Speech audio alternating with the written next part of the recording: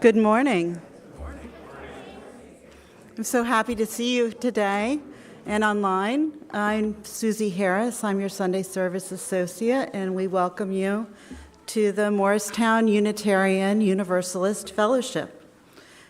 We covenant to weave together the fabric of community from the strands of our separate lives. We are an inclusive, welcoming community. Whoever you are, wherever you are on life's journey, you are welcome here. We adhere to the 7 principles of Unitarian Universalism, and you can find them inside our hymnal, so take a look at that. There are newcomer cards on the back of the chairs, so grab one of those, and if you have any questions or just want to learn more about what's going on, stop at the welcome table. It's right out front, and they're happy to talk to you. This is a great time to turn off your phones, and nobody has pagers anymore, so turn off your phones if you have them, and we'll get started with our worship. Now, in the spirit of hospitality, I invite you to welcome each other however you are most comfortable.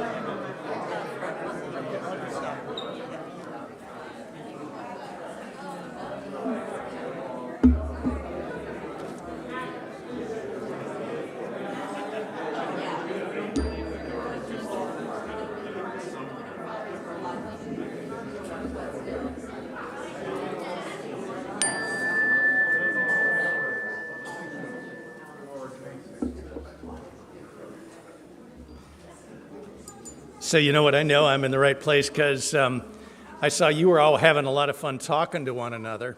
And I said to Susie, by the way, I'm Joel Miller, I'm the interim minister, so I'm kind of new here. And I was saying to Susie, how long do you think they'll talk? And she said, they'll just keep going. So I thought I'd better ring the chime. I'm just so pleased to welcome you this morning. Now, there's some announcements. Some verbal ones we want to highlight.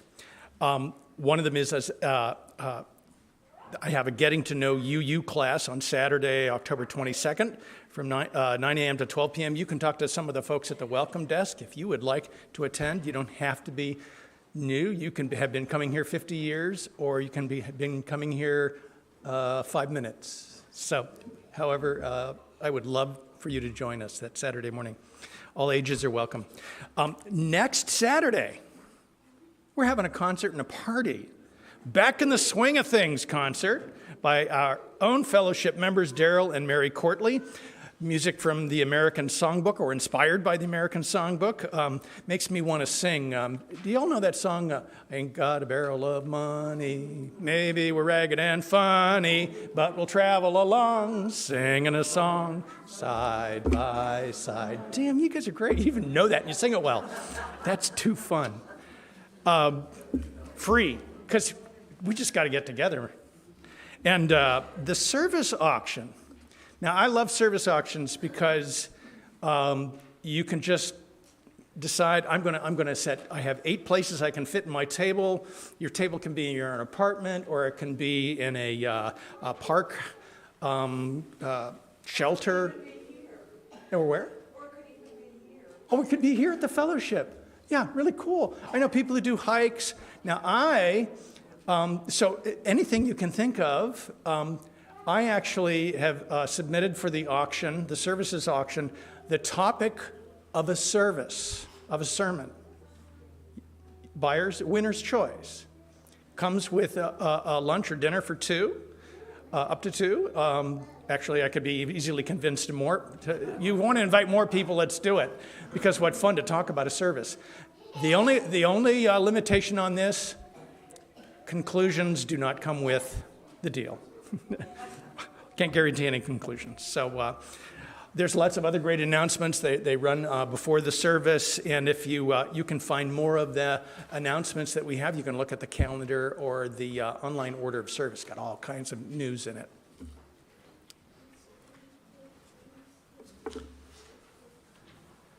Now the chime as we begin our worship service.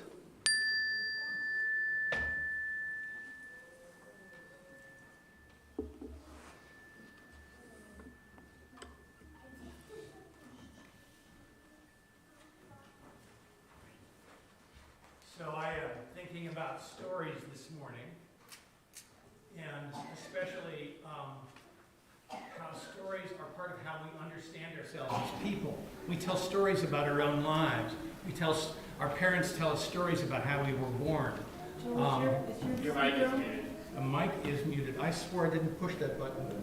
Are you going to do the chalice? I am going to do it. No, I want. I really like that chalice. But I wanted to do some opening words. An opening story this morning. So the folks at home can know what I was saying. We tell stories. We're human beings, and we understand ourselves by the stories we tell or by the stories we hear about ourselves. The stories our parents tell us about when we were born, the stories we tell about how we dealt with something really difficult, the stories we tell about how we think we are in the world. So I had the privilege to be an at-home dad, and when our second child, my ex, now ex, and I had two children, and our second was born, our daughter, and I got to be the at-home dad for the first few years, and I loved being an at-home dad. And we decided we needed one of those, it was kind of like a boxy, it was a Caravan was the name of the car. It was a family car. It wasn't the sports car, the Audi I'd had earlier, right? And I had a really great sound system in that Audi, and I tried to put a good sound system into the Caravan. And my kids loved the Caravan, crawled all over it, and there was Cheerios always under the seats and stuff. So one day, their mom had come home from work, and I was getting dinner ready. I'd realized I forgot something, and I needed to get to the grocery store, not too far away. I got into the Caravan, and I wanted to hear some tunes, so I turned up the music, and it was pretty loud. It was this one song I liked a lot, had a really good driving bass beat on it, and I'm driving to through the grocery store parking lot, and I'm driving by the front of the grocery store ready to turn into a parking spot. It's pretty close to the front. Woo, I was glad, because I wanted to get back and finish dinner. And my music is thumping kind of loud. And this woman was coming out, and she apparently was getting ready for dinner too, because she was dressed like she was coming from work. And she looked up, and she saw me in the Caravan, and the look on her face told a great story, because she expected to see a low rider. And if you know what that is, that's like a car that's really low to the ground and has tricked out. It has lights underneath. It makes it look like it's floating, fancy car. No, it was a family car. And here I'm this guy, and she looks at me and she goes, "You're not a low rider," and she just laughed. And I was like, no, that's not who I am. Wait a minute, it is who I am. Stories we tell about ourselves, and stories people tell about us, maybe even never having met us before. We're thinking about stories today. How many stories do we tell about ourselves? I'm so glad to welcome you this morning to the Morristown Unitarian Universalist Fellowship. We're going to light our chalices now, and as we do, I want to tell you that the worship team did some reorganization yesterday, and I found this, and it goes right over this beautiful chalice table, and I thought it was really cool. So I'm an interim minister, so I put it on to see what would happen and see what y'all would say. Very pretty. We're lighting two chalices. The children's chalice, and our worship associate, Susie Harris, is lighting the big chalice. And we'll need a candle for the children's chalice. Would somebody like to help me light the children's chalice? Oh, you were ready. Come on up. Thank you. And as we light that chalice, as we light both of our chalices, you say an affirmation when you gather every time for worship. And I invite you to share in those words at this time.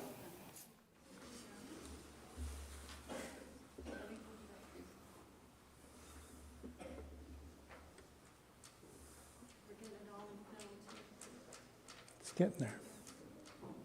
You got it. Do we have a slide for it? Good. Alex is looking for it, but didn't look like we got it. It's all right. If you don't know it, it's in the order of service, and if you don't know it, that's okay. It's a lovely affirmation. Woot. Love is the spirit of this fellowship, and service is its law. This is our great covenant, to dwell together in peace, to seek the truth in love, to help one another.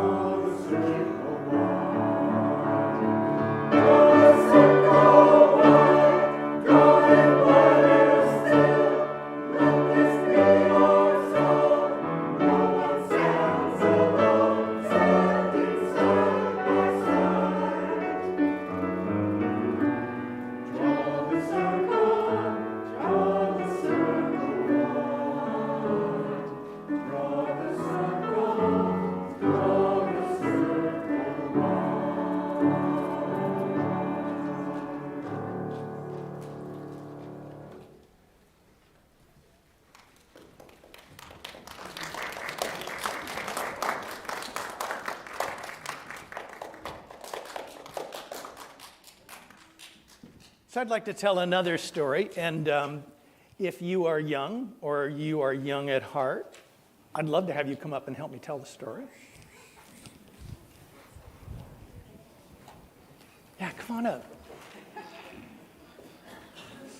I'm glad to see you guys. Hi, good morning. You have a pencil. Yeah. I'm glad you guys are here. You want to sit? Yeah. Thank you. I love to tell stories. My grandfather also loved to tell stories. Sometimes he'd tell the same story over and over again. It was interesting because I loved to hear his stories, and I'd keep asking him to tell stories. And so, there was one time I remember my dad said, "Can you not ask your grandfather to tell stories?" He'd be like, "No, not again, not that story again." I have a story this morning I want to tell. Is it a story that really happened, or is it a story? Sometimes you can tell a story and maybe it didn't really happen, but it still tells a kind of truth.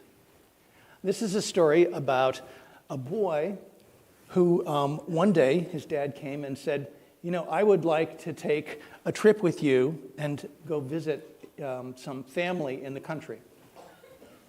And so they went to visit the family in the country, and as they were driving there, the dad said, "So son, this family we're going to visit, they don't have a lot of money. In fact, I would say that they're poor. And it's important to be polite, but they don't have the same kinds of things we have. And so we'll talk a little bit about that when we go home tonight." So they got there and they visited with the family, their cousins, and had a great time. And then afterward, when they were driving back home, the dad said to the son, "So, tell me, what did you think about our visit?" And he said, "Dad, thank you for taking me to visit our poor family. I didn't realize, they are so lucky. They have, when you go on the front porch, it's not just the street. They have like a whole horizon in front of their house. And they don't have a pool, but they have a creek. And, the pool is just kind of small, but the creek just keeps going on and on and on. And, we have a yard with a fence, and the fence can keep people from stealing our stuff, but they don't need a fence. They have friends and neighbors who they really love. And we only have our one dog, but they have 5 dogs. Thank you. It's amazing how lucky poor people are." Interesting. What did you think when I first said poor? Or first said rich? What do we think? And maybe what might the story be in a way that we didn't understand? What do you think? Some things are it's kind of like if you have something, then you see that other people have more than you, and so that. But he seemed like they didn't actually feel that bad. That's right. They didn't feel that bad. They were happy. Yeah, that's important. This story sometimes we tell about others is actually not their story. It's just the story we're telling. Exactly right. So we're going to continue the service. You're always welcome to stay, but there's also the religious education program, and we're going to sing if you would like to go to that now together. And I know Nick isn't here, so I think do you guys know where to go? Yeah, okay, excellent. And someone has to take the children's chalice. So which lost its light. So let's give it another light. And we're going to sing as you go. From you I receive, to you I give, together we share, and from this we live. To you I receive, to you I give, together we share, and from this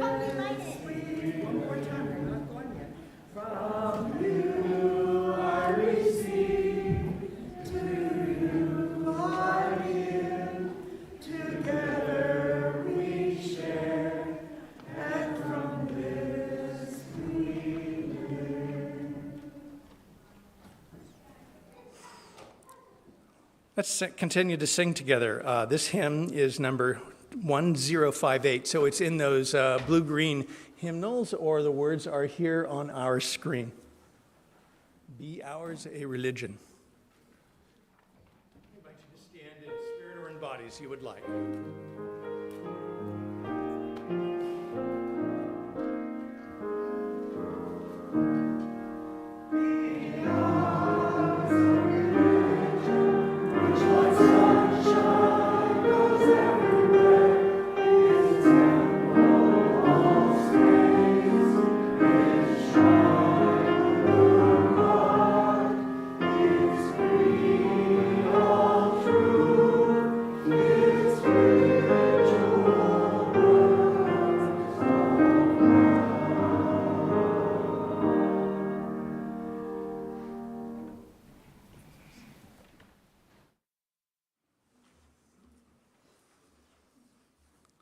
I don't see any cards this morning for milestones or passages.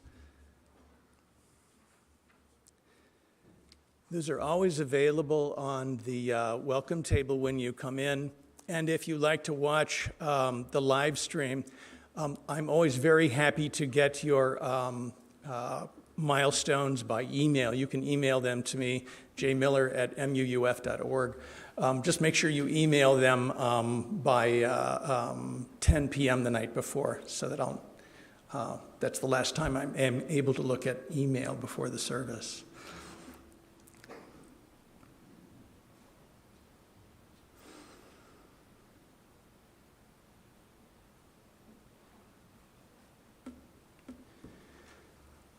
The ritual of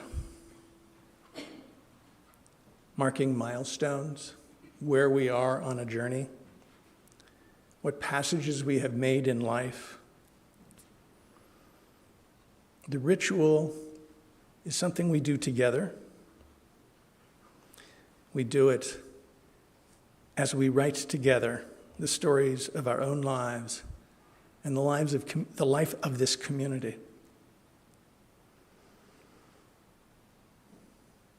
Our stories become sacred in the marking of the moment of ritual.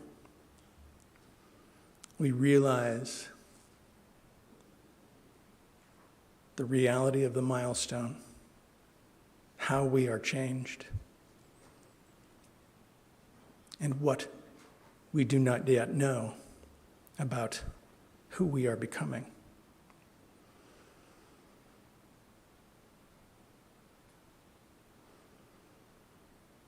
The ritual allows us the reality of our stories and allows us the changes in our passages.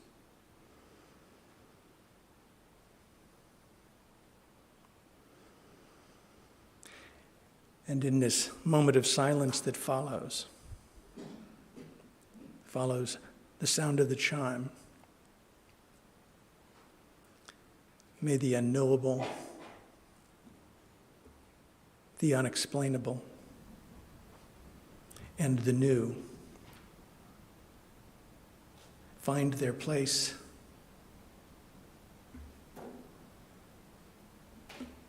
and help us find ourselves.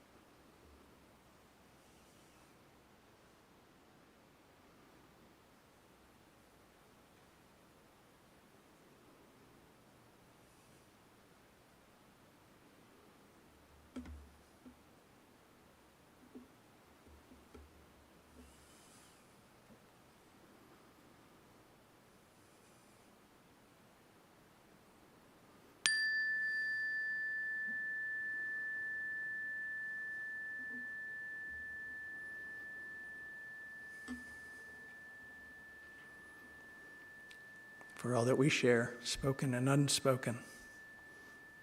Express our gratitude. So be it. Amen. Blessed be. We'll build land, number 121. If you like the hymn, to see the paper, there it's in the hymn book, 121, and here it is on the screen.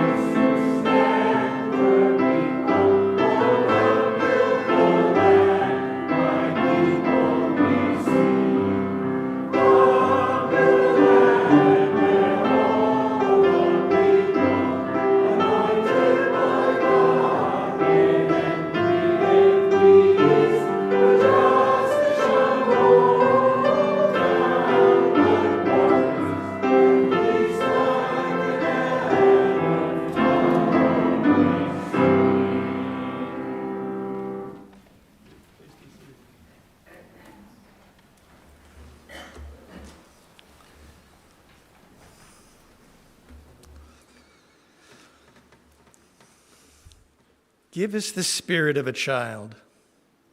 Give us the child who lives within, the child who trusts, who imagines, the child who sings, the child who receives without reservation, the child who gives without judgment. Give us a child's eyes that we may receive the beauty and freshness of this day like a sunrise.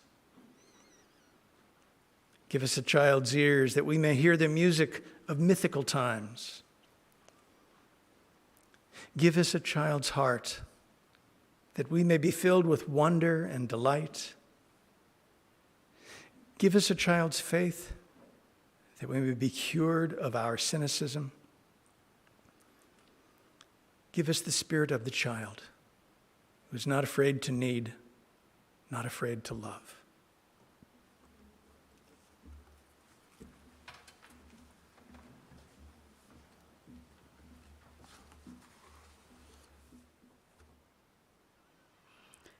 We'll take this time to offer our generosity to the fellowship and our community. We split the basket 50-50 with an organization each week, and this week we'll be splitting it with the UUA Disaster Relief Fund. They're going to support the people, the UUA, to support the UU congregations of Fort Myers and Venice, Florida, in the wake of Hurricane Ian. You can also text to give 73256 with the keyword MUUF with the dollar amount. Thank you.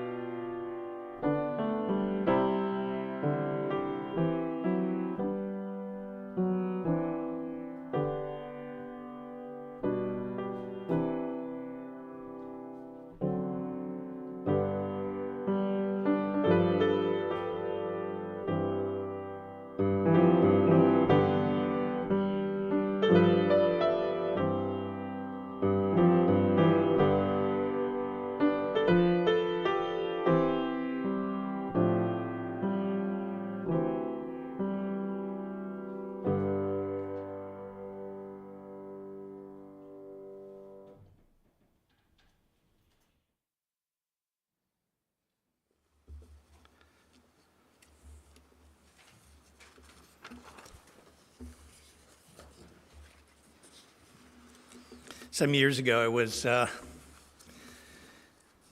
the near the front door of the church I was then serving. I'm not going to say specifically who it was because it actually doesn't matter which congregation it was. It could have been any congregation. It doesn't even have to have been Unitarian Universalist.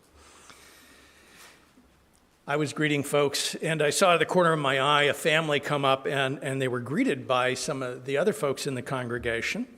And they were a nicely dressed family, a very traditional-looking family, a man, a woman, 2 children.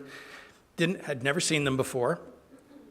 Family was also black folks, and when I saw them, I knew that folks at the church I was serving were going to be very glad to be welcoming them, and they wanted to give them a good, warm welcome.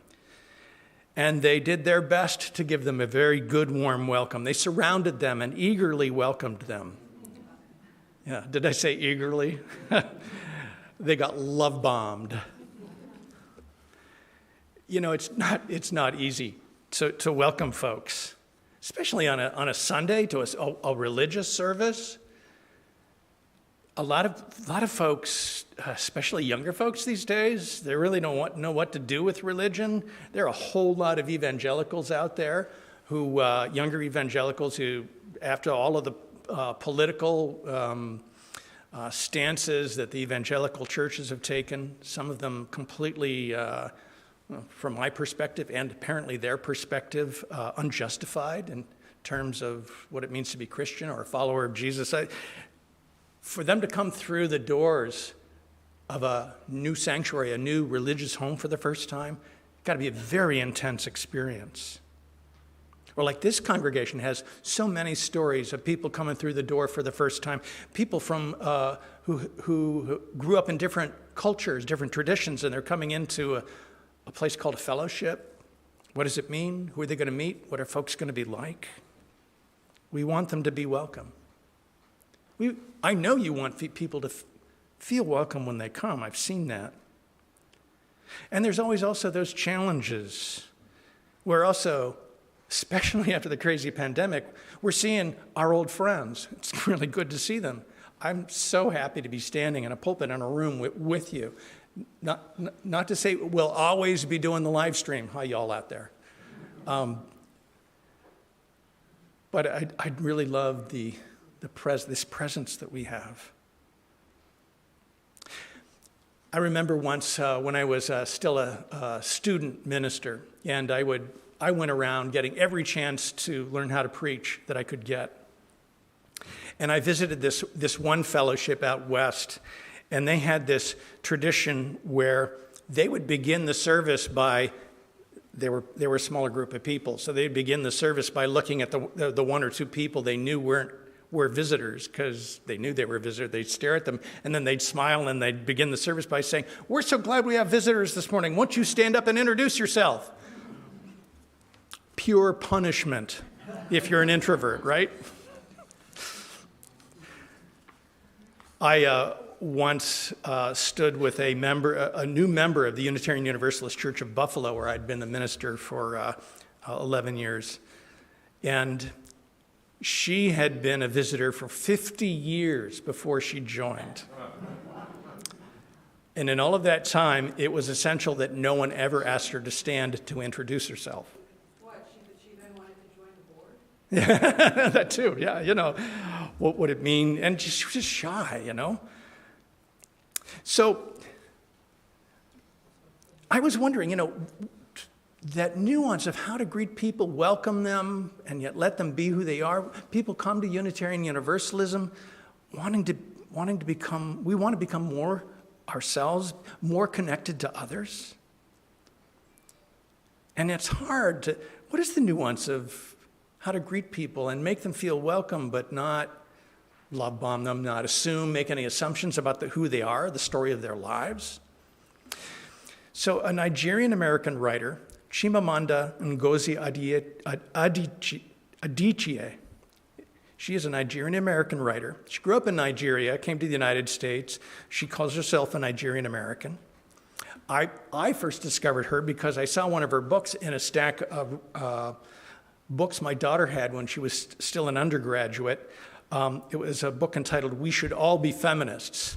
And I remember when I was in theological school, I really wanted part of the story of my life to be that I was a feminist, but could men be feminists? So when I saw 25 years later this book, "We Should All Be Feminists," I had to pick it up and read it, and I loved reading it. Didn't necessarily agree with everything she wrote, but her feminism was so much like our Unitarian Universalism. We should be free to be who we are. We should be allowed to tell the stories of our lives in our own way. So she has, Adichie has a wonderful speech on YouTube called "The Danger of a Single Story." The danger of a single story. And watching this in 2009, that became the key for me to understanding how we greet people. because we are, each of us here, each of us watching, complex, interesting, and much harder to categorize than we expect or sometimes even want. So, as an interim minister, one of the things about thinking about multiple stories, each of us having so many stories that make up who we are, the identity of each of us as a Unitarian Universalist, as a human being, as a person who lives in New Jersey.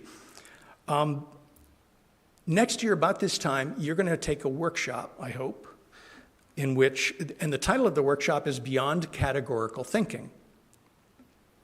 The workshop is meant to help each of us and to help you as a congregation understand every one of us here has in our mind a single story picture of our ideal minister. And you know, that's what we do as human beings. We make categories. We try to simplify things. We have categories for what we think is the best age of the minister. We have the right gender identity, the nationality, their physical ability, their race, their sexual orientation. And they're all assumptions. We didn't consciously say, oh, I'm going to have all of these categories. But we do this because our minds simplify things. They make categories. And as an interim minister, I can tell you, you don't want to do that oversimplification, because what you actually want as a congregation, you can't get if you make any assumptions or think of your next minister as having only a single story, or even the fellowship as having a single story. Human beings like categories. I like categories. I use categories all the time. Our ancient ancestors evolved to use categories, to think quickly. They needed to think quickly and succinctly. What the hell is that on the ground? Is that a long stick or is that a snake? To quickly know the correct answer could have been a matter of life and death. We still do this. There's this highly cited article in the Harvard Business Review, and two social scientists explain how we categorize things. Quote, "Your mind is a categorization machine, busy all the time taking in voluminous amounts of data, messy data, and then simplifying it, structuring it so you can make sense of the world." And really, if our minds didn't work that way, we'd spend all day trying to figure out what have we just seen in the last hour, and then we'd spend an hour. We didn't get any work done. We wouldn't have time to make dinner, much less eat it. So, for example, I have two fundamental categories for drugs. The first category is the drugs my doctors prescribe. In general, those are good drugs. Those are going to heal me. And then the other category is the drugs that are sold only for cash by a guy who has no last name at the parking lot down the street. Yeah, no, those are not good drugs. It's silly, yes, but also useful categories. They keep me safe, make my life easier, but actually it's more complex because, well, that first category, there's a lot of nuance in that. We know that, but our minds go to make categories. But, you know, when the people walk through the doors, the visitors walk through the door, when each of us walked through the doors of the fellowship for the first time, we didn't come to be a category. No one goes to any religious group to be a single story. We come to become more than we are, perhaps even to retell the stories of our lives, to tell new stories of our lives, and to have friends who know our names and know some of our stories. To be with people who love us, even when we're a bit hard to love. That's why we say that covenant when we light the chalice and share in those milestones. Because we're continually retelling and learning new stories, deeper stories. If we're going to seek the truth in love, then we have to think beyond just categories. In the end, all categories are truly false. So when you begin looking for your next minister, no hurry, so that you avoid the single story. For example, right now you're in that part of the interim where I'm not Allison. Maybe that makes you happy, maybe that makes you mad, maybe that makes you sad. You feel however you feel. Feelings are just feelings, that's fine. But you want to take time to kind of talk about that a little bit, feel it. When I change things, I put that on the table. There might be some history with that. I'll be curious to hear what it is, if there is. But when you're then next year beginning to seriously think about that search process, you don't want to be reacting to what Allison was or wasn't, her absence. You want to be opened. And part of the opening is understanding that your previous ministers, your current interim ministers, each of you, and most importantly, your next minister cannot be categorized easily. They're more than a single story. 30 years ago, a minister I know who is gay was asked by a search committee, which was considering calling its first openly gay minister, at least the first minister they knew would be gay. So, will you give only sermons about gay and lesbian issues? It'd be kind of boring, especially for the preacher. No, of course not. If you were to hire a minister who's transgender, certainly by the time they have been fellowshipped by our larger association, they're going to have all kinds of things that they want to share with you from this pulpit that you entrust to them. Or if they're a BIPOC person or an identity we haven't even thought of yet. So the disadvantage of kind of over-categorizing, also another frequently cited article in the Harvard Business Review. The favorite category of marketing executives in 2006, their favorite category, the 40-year-old minivan mom. I didn't quite fit into it because I was the minivan dad, but with a big sound system in my caravan. They liked the minivan mom, except that the category was so broad and so unreal that those who took it really seriously found that it didn't work, and those who understood it was too broad made a lot of money because they didn't turn their customers into single stories.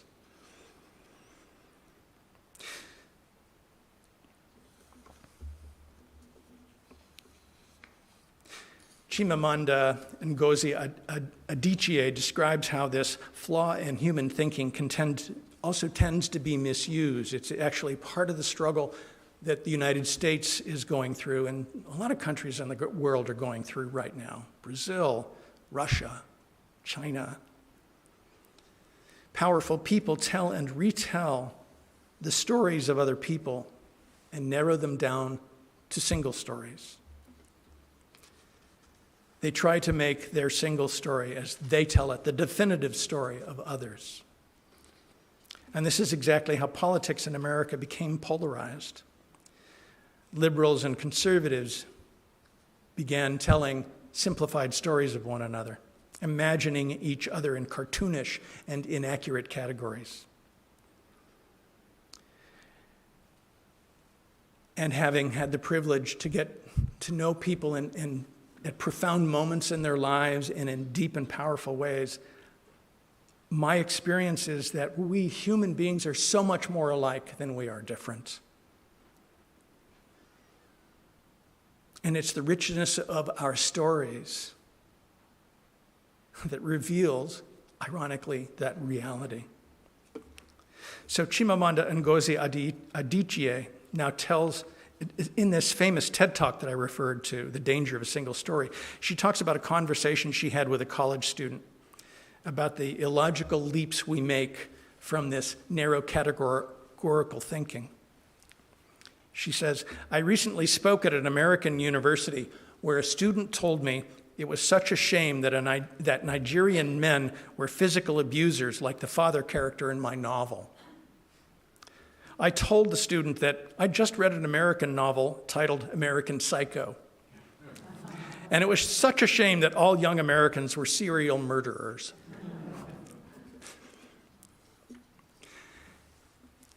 I had the good fortune, how many years ago was that now? Well over 40 years. As a college student, I went to stay I lived in Berlin, Germany for a semester and some time. And I went back when I had a little bit of sabbatical time about 13 years ago. Took my son. And even back then, it was 2010 actually, and it was breathing fresh air to be in Germany at that moment, because we were even then struggling with this crazy polarized political conversation here.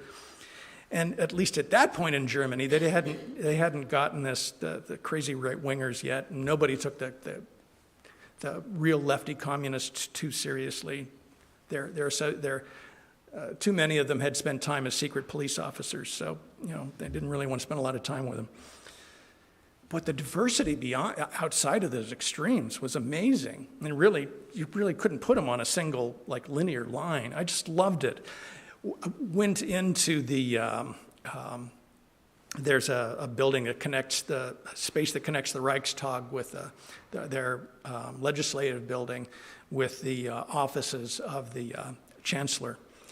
And there was these beautiful lights in the colors that symbolized the different political parties that were active in Germany. And it just made me feel so good to see that and read in the papers all of the intense debates between socialists and capitalists, debates between feminists and conservatives, debates between environmentalists and religious leaders. And in all of this, you could tell the good guys from the bad guys. It was really easy for everybody to know. Most of the folks were the good guys, and there were some bad guys. The good guys, like socialists and liberals and capitalists and conservatives, they didn't make each other into categories. They understood each other as these complex political parties, much less complex multi-storied individuals. The good guys debated interesting ideas, and it was based on facts, and you could tell who the bad guys were. They bullied people, they were rude, and they caricatured anyone and everyone they could with a single story.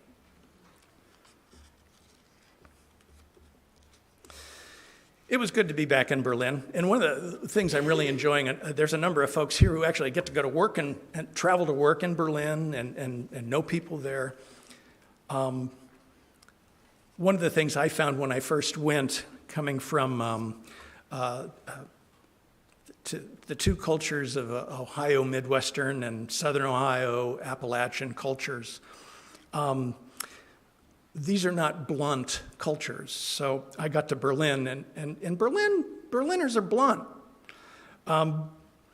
Midwesterners tend to avoid direct disagreements. Germans tend to be direct already, and if you're in Berlin, part of it's because of the story they have as a people in a city. If they have a disagreement, they get right to the point, and it's rude not to get right to the point.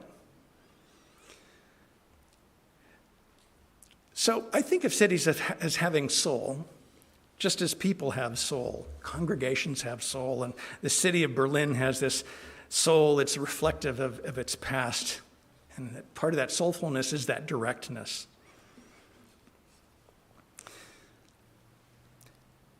I was riding on the subway.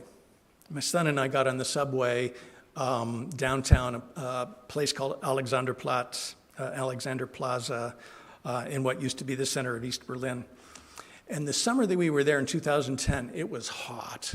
Everybody in Germany knew there was global warming because it was like getting up to 105, 106 degrees. Never got that hot in Germany. They didn't even design the trains to have air conditioning above 104 degrees. We're on a subway train one hot afternoon. And seated in front of us was a young man who was drinking a bottle of water. Now, eating and drinking on a train, mass transit in Germany, it's really forbidden, and you just don't do it. It's just not a thing that happens. But it was really hot. Everyone was drinking water on the train. I'd seen it, and I was like, oh, we can drink water on the train? No, and actually we couldn't, but I still brought one anyway. And the young man in front of us had absent-mindedly set his bottle of water on the seat next to him, and here I was sitting behind him, my son's sitting over here, and he'd set that bottle of water absent-mindedly on the seat.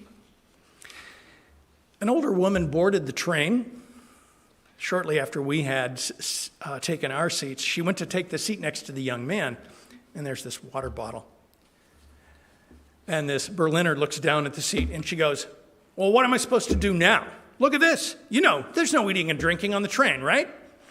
Oh, yes, said the young Berliner, the young man. The seat is free. And he scooped up the water bottle and invited her to sit with a wave of his hand. Not what I expected, because I thought they were going to get into an argument. Well, it's hot. No argument. Not from the young man. The seat could be wet, said the woman. I could soil my clothes sitting there. Is this how your mother raised you? To make a mess wherever you go?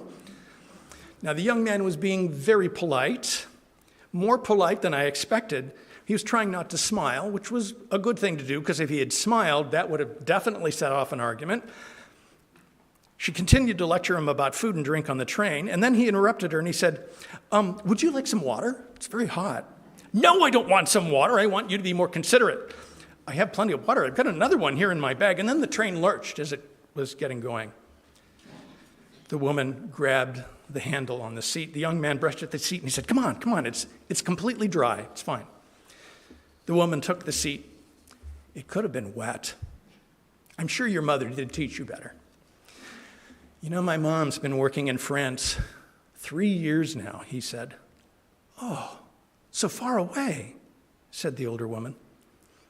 The young man nodded. The woman said, my mother died 2 years ago. I think of her every day. And the next thing, the two of them, these two strangers in Berlin, were talking about their mothers, almost like they had known each other for years. And they were sharing good memories about their families and how they missed their mothers. And it was, in my experience, a great Berlin moment. The single story moment, it began with a snarl and ended with a friendly, meaningful conversation about life. But the multiple story, the beyond categorical thinking moment was a young man who decided that the story was more complex and more interesting than just a debate or an argument. In a religious community that welcomes us, a religious community like this that welcomes us for our human promise, the human potential to love, to seek, to help. It isn't the stories that unite us. It's the way we tell our stories and the way we allow others to tell theirs. Stories have power, and they can be used to help. They can be used to make the world a better place.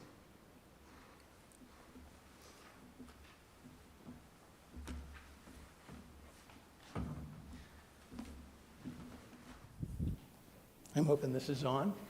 Good. I push that button sometimes, and then I don't realize I've hit it. So there's a story to this song this hymn that we're going to sing. 401, is that? 407. 407, excuse me, 407. So the thing about this, the story about this hymn is that it's a spiritual, traditional song. And yes, it could be seen as a song about perhaps even a communion in a Christian congregation. But, you know, for black folks who sang this song, it has quite a deep meaning because it's not just about community. It's about the possibility of community when that community is not even sanctioned, sometimes not even permitted. It's a song about being beloved in your home country, or in a country that never meant for you to be at home, from which a country in which your parents perhaps had been taken from their homes by force. And yet it's a song that retells the future, a future in which all of us will be welcome. All of us will be at a table of plenty, whatever and whoever we are. So I invite you to sing number 407. We're going to sit at the welcome table. I invite you to stand if you wish, if you're comfortable.